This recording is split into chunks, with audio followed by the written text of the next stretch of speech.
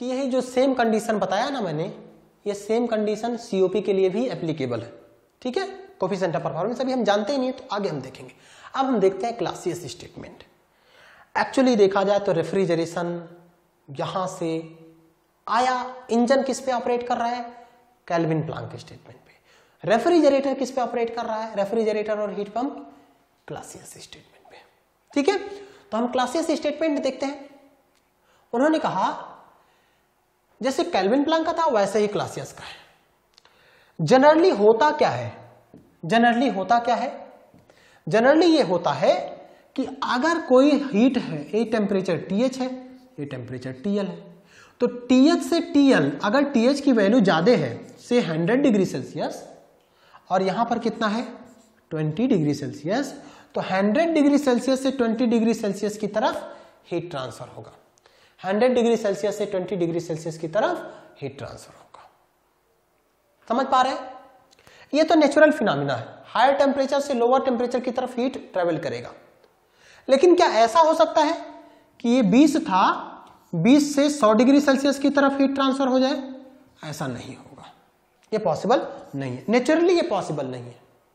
हाँ, आर्टिफिशियल तरीके से हम कर सकते हैं, वो चीज हम लोग क्लासियस स्टेटमेंट में देखेंगे। क्लासियस ने क्या कहा, यह संभव नहीं है, it is impossible to develop a device which is operating on cycle, जो कि साइकिल पे ऑपरेट कर रहा है, जो ट्रांसफर करे हीट कहां से, लोअर टेम्परेचर से। देखो 20 से किस तरफ लेके जाए, 100 की तरफ, which transfers heat from lower temperature to higher temperature without any work input.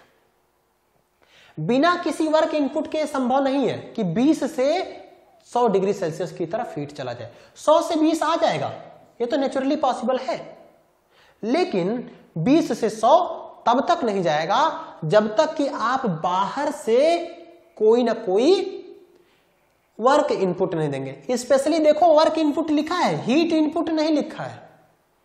फिर बताओ इनपुट क्या दे रहे हो और आउटपुट क्या मिल रहा है, बताओ इनपुट क्या दे रहे हो और आउटपुट क्या मिल रहा है।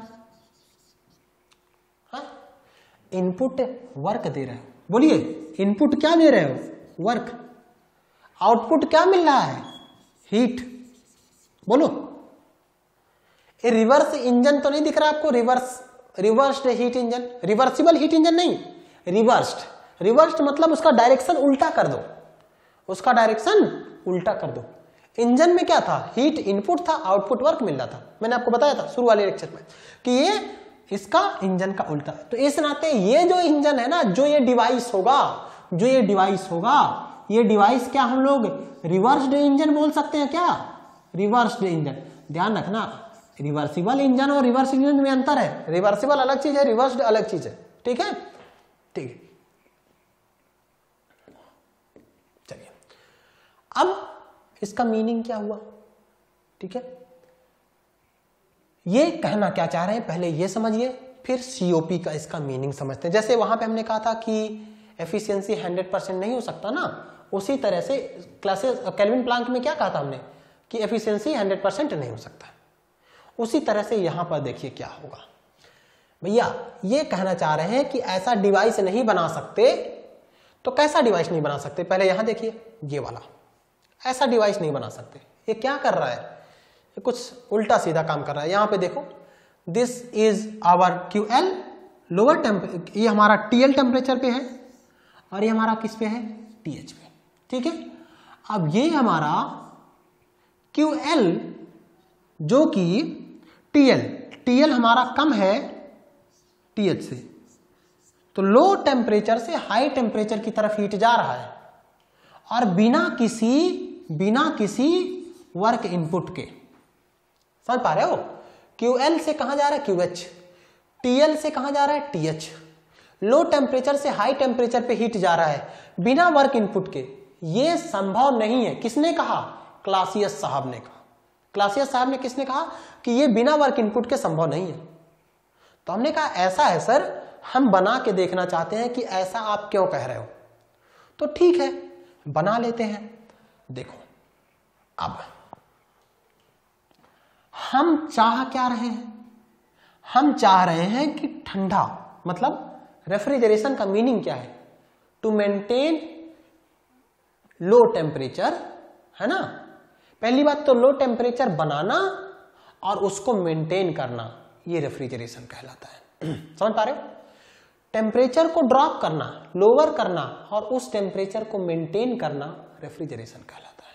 तो यहां हम क्या करना चाहते हैं, यहां जो टीएल कम टेम्परेचर पे है, इसके टेम्परेचर को और घटाना चाहते हैं, और घटाना चाहते हैं, और घटाना चाहते हैं। तो और घटाना चाहते हैं और वो घटा के मेंटेन भी करना चाहते हैं, वो रेफ्रिजरेशन कहलाता है। आगे हम लोग देखेंगे। तो ये हमारा क्या है, हम चाहते हैं, तो इसे हम लोग बोलते हैं डिजायर्ड इफेक्ट। हम क्या चाहते हैं, रेफ्रिजरेशन से चाहते हैं कि हमारा हीट बाहर निकले, टेम्परेचर कम रहे। चलिए, तो अब देखिए, अगर वर्क इनपुट नहीं दिया आपने, वर्क इनपुट नहीं दिया, तो सीओपी क्या होता है?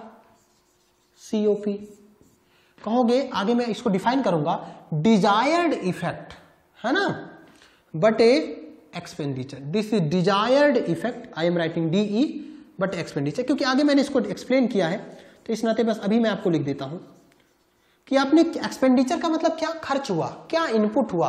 आपने इनपुट कुछ दिया, आप कहोगे कि नहीं सर, मैंने तो कोई इनपुट नहीं दिया है, मैंने कोई भी इनपुट नहीं दिया है। तो ठीक है, जैसे आपने एक्सपेंडिचर 0 कर दिया, तो सीओपी कितना हो गया, इनफाइनाइट हो गया। अच्छा, इसका मतलब समझ रहे हो, सीओपी इनफाइनाइट, अगर ये नहीं हो सकता है तो सीओपी भी इनफाइनाइट नहीं हो सकता। किसी भी रिवर्स्ड इंजन की, यानी कि चाहे वो रेफ्रिजरेटर हो चाहे वो हीट पंप हो, उनकी सीओपी इनफाइनाइट नहीं हो सकती। कहोगे सर ये कौन सा बला है, सीओपी इनफाइनाइट होने का मतलब क्या है, क्या ये प्रैक्टिकली पॉसिबल नहीं है? यार पहली बात तो ये पॉसिबल नहीं है, एक तो 100% बात है कि पॉसिबल नहीं है। तो प्रैक्टिकली इसका मीनिंग क्या हुआ कि क्या होता, प्रैक्टिकली क्या होता, तो सीओपी इनफाइनाइट हो जाता। ठीक है, अगर प्रैक्टिकली ऐसा कर दो कि आपके पास एक विंडो एसी है, विंडो एसी है ना, विंडो एयर कंडीशनर। अब विंडो एयर कंडीशनर को आप बिना इलेक्ट्रिसिटी के चला लोगे क्या? अगर वो विंडो एयर कंडीशनर बिना इलेक्ट्रिसिटी के चल जाता, बिना लाइट के चल जाता, तो वर्क इनपुट कितना हो जाता, 0। तो बिना किसी इनपुट के आपका रेफ्रिजरेटर चल रहा था, इस नाते उसका सीओपी कितना हो जाता, इनफाइनाइट हो जाता। उसका सीओपी क्या होता, इनफाइनाइट होता। लेकिन बिना इलेक्ट्रिसिटी के तो चलेगा नहीं, तो इस नाते सीओपी इनफाइनाइट होगा नहीं। समझ पा रहे हैं? तो सीओपी इनफाइनाइट नहीं हो सकता। किसी भी रिवर्स्ड इंजन मतलब या तो रेफ्रिजरेटर या हीट पंप, इनकी सीओपी इनफाइनाइट नहीं हो सकती है। ये किसने कहा? क्लासियस साहब ने। केल्विन प्लांक साहब ने क्या कहा था? किसी भी इंजन की एफिशिएंसी 100% नहीं हो सकती। और क्लासियस साहब ने क्या कहा? किसी भी रेफ्रिजरेटर या हीट पंप की सीओपी इनफाइनाइट नहीं हो सकती। क्लियर है? चलिए, तो हमने देखा सीओपी इनफाइनाइट हो सकता है क्या? No, COP can not be infinite. ये चीज हमने यहां से देख लिया है। यहां से हमने सीओपी क्या देख लिया? इनफाइनाइट नहीं हो सकता है, नहीं होना चाहिए क्लासियस स्टेटमेंट से। अब हम सीखेंगे कि क्या होना चाहिए। ठीक है, क्या होना चाहिए? चलिए अब देखते हैं। होना यह चाहिए कि अगर QL से QH जाना है, QL से QH जाना है, तो कुछ ना कुछ आपको इनपुट देना पड़ेगा, कुछ ना कुछ आपको इनपुट देना पड़ेगा। ठीक है, अगर QL से QH जाना है तो कुछ वर्क इनपुट देना पड़ेगा। ठीक है, अब देखिए यहां लो टेम्परेचर है, TH हमारा क्या है? हायर टेम्परेचर है। मैं यहां पे बना लेता हूं एक लाइन डायग्राम जिससे आपको आसानी रहे। सपोज करिए TH है, यहां से हीट गया QH हो गया। ठीक है, ये हमारा रेफ्रिजरेटर है। तो रेफ्रिजरेटर है तब कि एंटी क्लॉकवाइज दिखाओ, है ना। और यहां पर QL है और ये आपका TL है, ये आपका लोअर टेम्परेचर। ठीक है, तो कुछ ना कुछ वर्क इनपुट देना पड़ेगा। आप कहोगे कि सर मैं WR लिख दे रहा हूं, वर्क रेफ्रिजरेटर का है। ठीक है। आप कहोगे कि सर इसकी वैल्यू कैसे कैलकुलेट करो, मुझे ये तो पता नहीं है कि ये रिवर्सिबल है कि इरिवर्सिबल है। तो कहूंगा कि भैया जाओ फर्स्ट लॉ थर्मोडायनेमिक्स से पूछो। तो फर्स्ट लॉ थर्मोडायनेमिक्स के पास जाओगे तो कहेगा कि हमारे पास दो इक्वेशन है, एक तो साइकिल के लिए है, दूसरा प्रोसेस के लिए। आप कहोगे कि मुझे रेफ्रिजरेटर का चाहिए और रेफ्रिजरेटर किस पे ऑपरेट कर रहा है, साइकिल पे, तो इस नाते मुझे साइकिल वाला इक्वेशन बता दो। कोई कहेगा कि सर आपने वही वाला इक्वेशन तो इंजन के लिए भी लगाया था। हाँ, जो इक्वेशन इंजन के लिए लगाया था वो इक्वेशन रेफ्रिजरेटर के लिए भी वैलिड है। मैंने उसमें कहीं भी ये मेंशन नहीं किया था कि ये केवल इंजन के लिए वैलिड है। उसके लिए मैंने 3 इक्वेशन, आपको याद हो तो मैंने बताया था कि सिस्टम क्लोज होना चाहिए, है ना, ये साइकिल पे ऑपरेट करना चाहिए और रिवर्सिबल इरिवर्सिबल दोनों के लिए वैलिड है। तो रिवर्सिबल इरिवर्सिबल इंजन भी हो सकता है, हीट पंप भी हो सकता है, रेफ्रिजरेटर भी हो सकता है। समझ पा रहे हो? अब देखो यहां पे कितना एकदम बस सिंपल सा कॉन्सेप्ट है, कुछ भी नहीं, आप कोई भी फार्मूला रटना नहीं है, कुछ भी फार्मूला आप मत रटो। देखो सीधे इसी नाते फर्स्ट लॉ थर्मोडायनेमिक्स आपको पढ़ाया गया है। बेसिक्स मैंने इतना, यही कारण है मैंने पढ़ाया जिससे कि आपको कॉन्सेप्ट पे कोई भी चीज रटना नहीं पड़े। हीट सप्लाई कर रहे हो तो बताओ ये पॉजिटिव होगा कि नहीं? पॉजिटिव होगा, क्योंकि सिस्टम तो आर है रेफ्रिजरेटर और ये हीट रिजेक्ट हो रहा है तो ये तो नेगेटिव होगा। बोलो, और वर्क इनपुट हो रहा है तो ये भी नेगेटिव होगा। मेरे ख्याल से इसमें किसी को डाउट तो नहीं होगा। चलो भैया, ये डाउट नहीं है तो अब आप फर्स्ट लॉ थर्मोडायनेमिक्स लगा देते हैं। तो लिखोगे साइक्लिक इंटीग्रल ऑफ हीट बराबर साइक्लिक इंटीग्रल ऑफ वर्क। ठीक है, किसके लिए इक्वेशन वैलिड है? फिर से मैं बोल रहा हूं, क्लोज सिस्टम, रिवर्सिबल या इरिवर्सिबल, साइक्लिक प्रोसेस। लगा सकते हैं किसके? इंजन, हीट पंप, रेफ्रिजरेटर, किसी के लिए भी लगा दो। चलिए आगे बढ़ते हैं। पॉजिटिव कौन सा है? QL लिख दो भैया, QL। नेगेटिव कौन सा है? QH। बोलो, और WR क्या है? नेगेटिव। मुझे तो चाहिए था WR की वैल्यू, तो WR की वैल्यू क्या आया? QH minus QL। बोलो, आप कहोगे कि सर ये वाला इक्वेशन बताओ मुझे किसके लिए वैलिड है? यार जब ये रिवर्सिबल इरिवर्सिबल दोनों के लिए वैलिड है तो ये भी तो रिवर्सिबल इरिवर्सिबल दोनों के लिए वैलिड होगा। ऐसा तो है नहीं कि ये वाला रिवर्सिबल इरिवर्सिबल दोनों के लिए वैलिड नहीं होगा, क्योंकि ये तो डिराइव यहीं से आया है।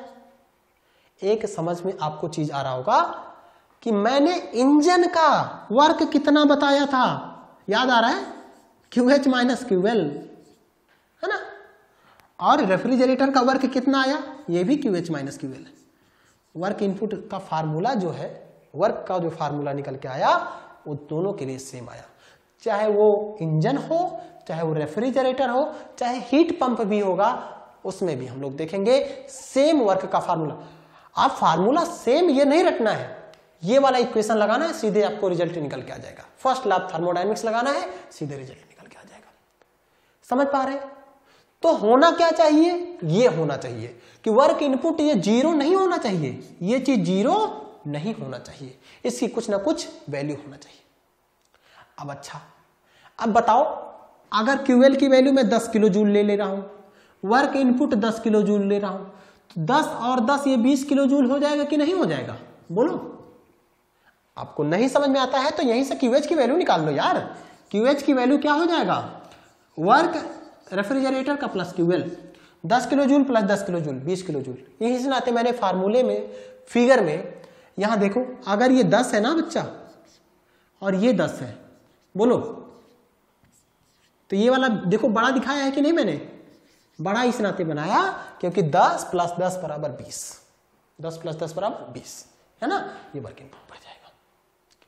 ये बड़ा मजेदार कहानी है, इस नाते बहुत इंटरेस्टेड हमारे लिए है कि जब मैं हीट पंप पढ़ाऊंगा तो देखो एटमॉस्फेयर से 10 ले रहे हो और बना दे रहे हो कितना? 20। समझ पा रहे हो?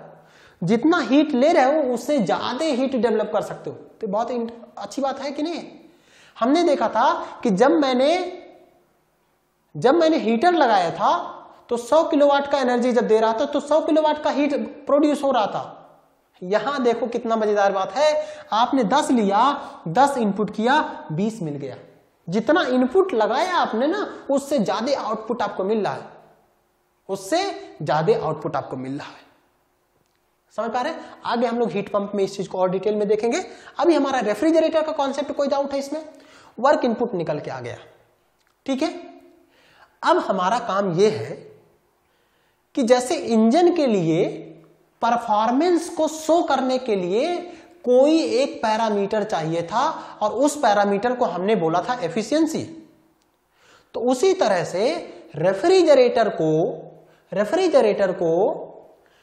के परफॉर्मेंस को डिफाइन करने के लिए, इसके परफॉर्मेंस को शो करने के लिए कोई ना कोई हमें पैरामीटर चाहिए और उस पैरामीटर का नाम है सीओपी, ठीक है। उस पैरामीटर का नाम है सीओपी, कोफिशिएंट ऑफ परफॉर्मेंस, या ईपीआर भी बोलते हैं इसे, एनर्जी परफॉर्मेंस रेशियो भी बोलते हैं। इसे क्या बोलते हैं?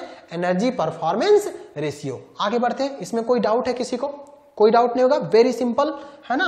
आपको कोई भी फार्मूला रटना नहीं है, just use first law of thermodynamics and second law of thermodynamics. अच्छा, एक सवाल मैं इंटरव्यू के लिए आपको बता देता हूं कि भाई किसी भी प्रोसेस को प्रैक्टिकली पॉसिबल होने के लिए, किसी भी प्रोसेस को प्रैक्टिकली पॉसिबल होने के लिए क्या ये फर्स्ट लॉ ऑफ थर्मोडायनेमिक्स को ही सेटिस्फाई करना चाहिए कि केवल ये सेकंड लॉ ऑफ थर्मोडायनेमिक्स को सेटिस्फाई करना चाहिए, या दोनों को करना चाहिए? मेरे भाई दोनों को करना चाहिए। समझ पा रहे हो? ये फर्स्ट लॉ को तो सेटिस्फाई करना ही चाहिए, सेकंड लॉ को भी सेटिस्फाई करना चाहिए। तो अगर किसी भी प्रैक्टिकली पॉसिबल, किसी भी प्रोसेस का प्रैक्टिकली पॉसिबल होना है तो फर्स्ट लॉ को भी सेटिस्फाई करेगा, सेकंड लॉ ऑफ थर्मोडायनेमिक्स दोनों को सेटिस्फाई करेगा, तभी वो पॉसिबल है, अदरवाइज वो पॉसिबल नहीं होगा। अब हमारे पास वर्क डन निकल के आ गया है, जो इनपुट है, इनपुट जो है, जो रिक्वायर्ड इनपुट है, ये हमारा निकल के आ गया QH माइनस QL।